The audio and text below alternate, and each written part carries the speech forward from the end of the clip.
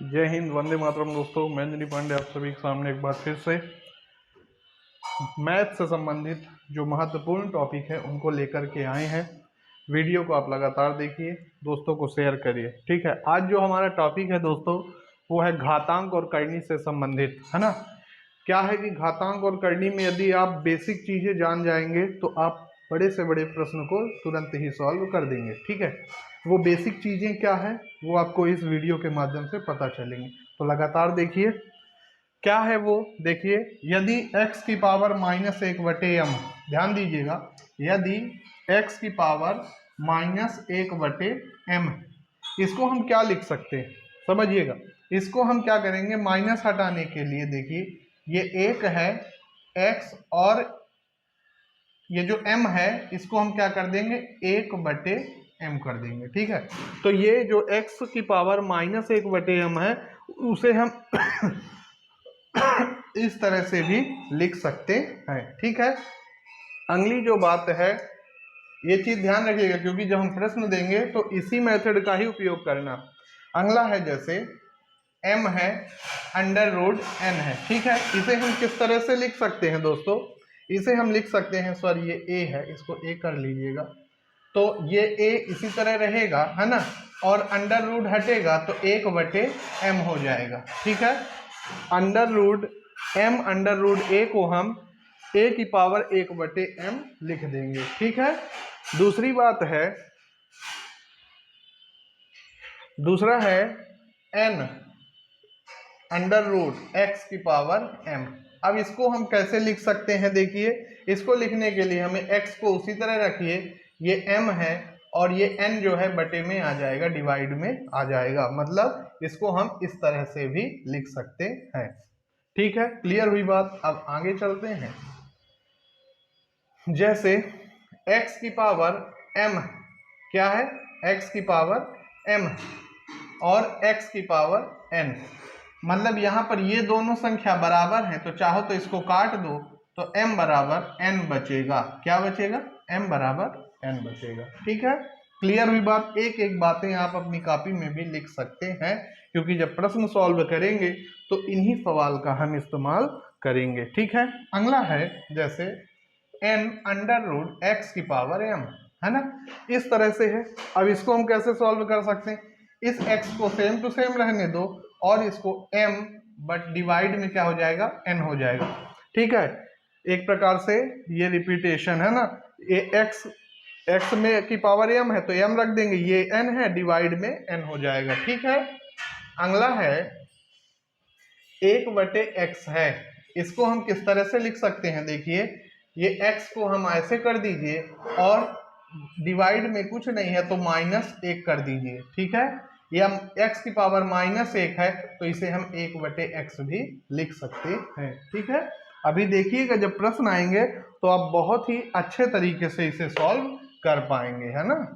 अगली है x की पावर m/n, x की पावर m/n, है ना, इसको हम किस तरह से चेंज कर सकते हैं, तो इसे हम चेंज कर सकते हैं, x की पावर m कर देंगे और उसके ऊपर 1/n कर देंगे, है ना, इसको इस तरह से हम चेंज कर सकते हैं। साथ में इसी को x 1/n की पावर m, ये दोनों फॉर्म में हम इसको चेंज कर सकते हैं, x की पावर m/n को। ध्यान रखिएगा, ये अपने कॉपी में लिख लीजिएगा, अभी ये सूत्र है, फार्मूले, क्योंकि जब क्वेश्चन शुरू होंगे तो आपको ये करना पड़ेगा इस माध्यम से।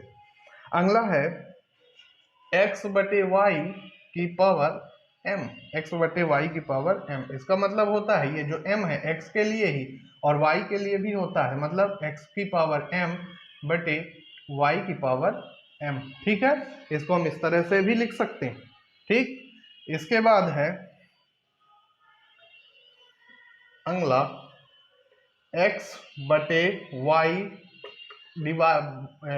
डिवाइस में घात में -m लगा हुआ है। ठीक है, तो इस -m को हटाने के लिए आप इन्वर्स कर दीजिए, यानी y को ऊपर और x को नीचे, तो ये जो घात में m चढ़ा है माइनस में है तो ये किस में चेंज हो जाएगा, प्लस में चेंज हो जाएगा। ये ध्यान रखिएगा, यदि डिनोमिनेटर या न्यूमिनेटर या अंश और हर है, अंश बटे हर है, एक प्रकार से कहना चाहिए कि परिमेय संख्या है, उनको आप उलट देंगे तो घातों का चिन्ह बदल जाएगा। यदि घात प्लस में है तो घात हमारी माइनस में चेंज हो जाएगी। ठीक है, कुछ बातें और हैं जो आपको जानना जरूरी, ठीक है, देखते रहिएगा, क्योंकि अभी जब हम प्रश्न शुरू करेंगे तो आपसे पूरी तरह से ये बातें बननी चाहिए। अब अगला है, ये लिख लीजिएगा, कोशिश करिएगा कि किसी नोट्स में लिख लीजिएगा। अगला जो है x की पावर m गुणे x की पावर n। यदि ये दोनों संख्याएं बराबर हैं तो घातें हमेशा जुड़ जाती हैं, यानी कि x m धन n हो जाएगी। ठीक है, दूसरा है x की पावर m बटे x की पावर n। यदि इस तरह से है, ये दोनों संख्याएं बराबर है और डिवाइड का सिंबल है, तो घातें हमेशा घट जाती हैं, x m माइनस n हो जाएगा। ठीक है, तीसरा है यदि x की पावर m है और ये n है और o है, साथ में p है ना, जब कभी घात के ऊपर घात और ये ब्रैकेट जरूर लगा रहे, है ना, बिना ब्रैकेट के बिल्कुल मल्टीप्लाई मत करिएगा, m n o p, तो क्या हो जाएगा x की power m n o p हो जाएगा। समझ गए बात को? ये कुछ बेसिक बातें आपको जानना जरूरी था। चौथा है यदि x की पावर 0 हो, यदि किसी भी संख्या के ऊपर 0 लगा दिया जाए दोस्तों, तो ये हो जाता है आपका 1। इसका आंसर क्या आएगा? 1। यदि x की पावर 0 है तो उसकी वैल्यू हमेशा क्या आती है? 1 आती है दोस्तों। ठीक, यदि अंडर रूट, अब इसको मैं मिटा देता हूं, आपने वीडियो को पॉज करके आप बिल्कुल एक रफ में लिख सकते हैं। ठीक है, अब देखिएगा, यदि अंडर रूट एक्स है, अंडर रूट एक्स है, तो इसको हम x की पावर 1/2 भी लिख सकते हैं। तो जितने भी महत्वपूर्ण घात और घातांक से संबंधित बातें थी वो हमने आपको बता दिया है। अब हम उसके कुछ प्रश्न सॉल्व करते हैं। चलिए देखते हैं प्रश्न। पहला प्रश्न है, ठीक है, 27 की पावर 1/3। ध्यान दीजिए, 27 की पावर 1/3, इसकी वैल्यू क्या आएगी, है ना।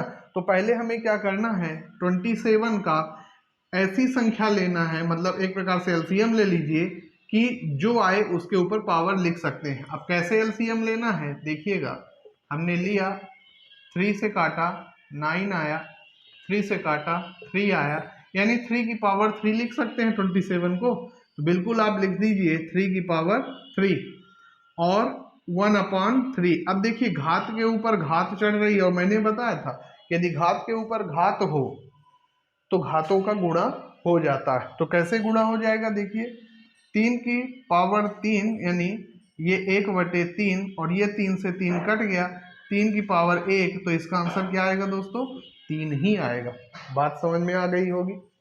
नहीं समझ में आई तो एक बार फिर से एक प्रश्न और देता हूं जिससे आपका पूरा मैटर क्लियर हो जाए, है ना। जैसे 8 की पावर 1/3। अब इसको सॉल्व करके आप कमेंट करके हमें बताइए कि इसका आंसर क्या आएगा। तो आशा करता हूं आपने कर लिया होगा।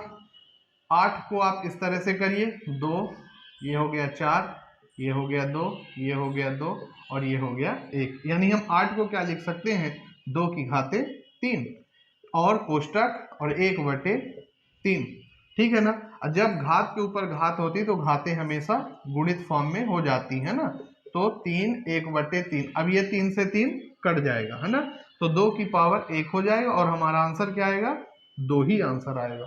समझ गए होंगे।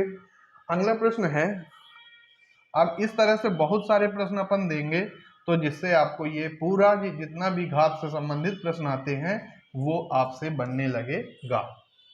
देखिए जैसे 1/64 है ना, 1/64 है, तो इसको हम कर देते हैं 1/3, है ना।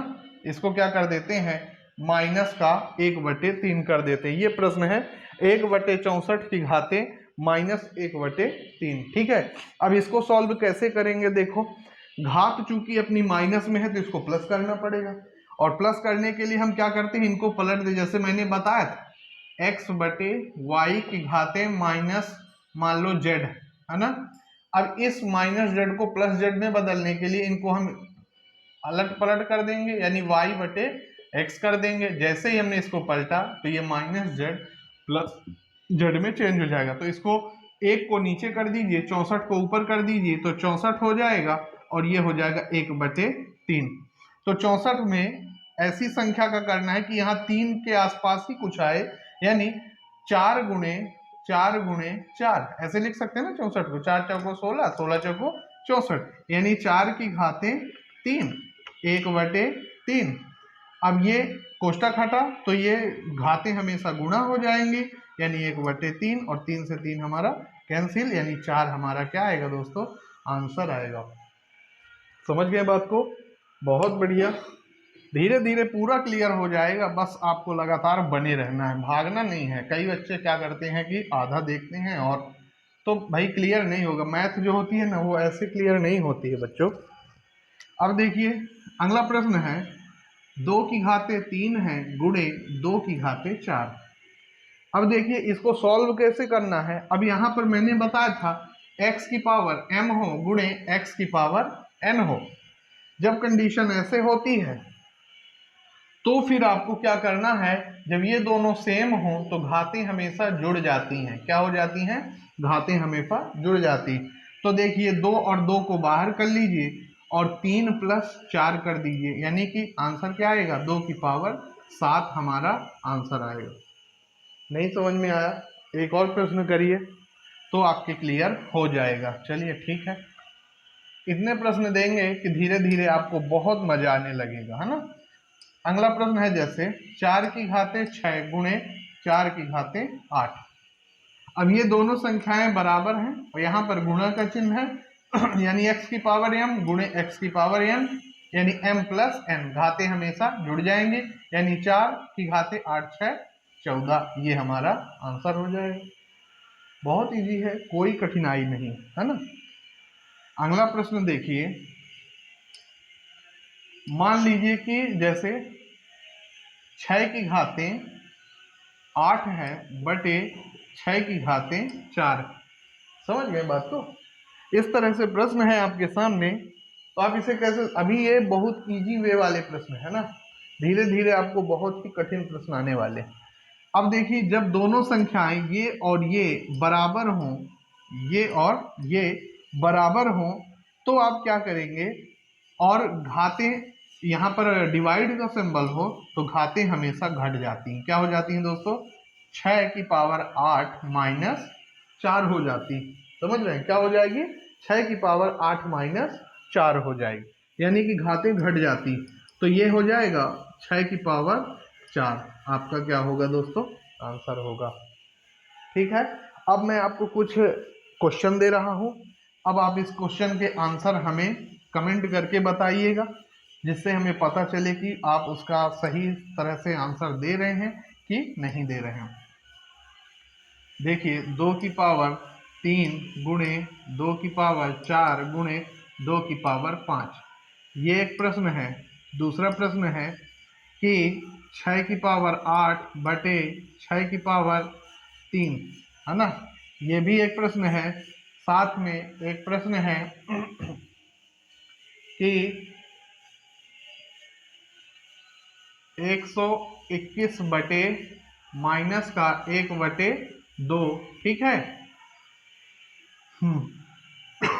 फिर है ये 1/121 है, ठीक है। अगला जो प्रश्न है दोस्तों, 100 की पावर 0 का मान क्या होगा। अगला जो प्रश्न है 4/6 की घातें -2 है, इसका मान क्या आएगा, ठीक है। इन सभी प्रश्नों को कल आप कमेंट करके हमें जरूर बताइएगा और कल इससे भी बेहतरीन प्रश्न आपके सामने आएंगे। तब तक के लिए देखने के लिए धन्यवाद और दूसरे वीडियो का आप इंतजार करिए। Thank you.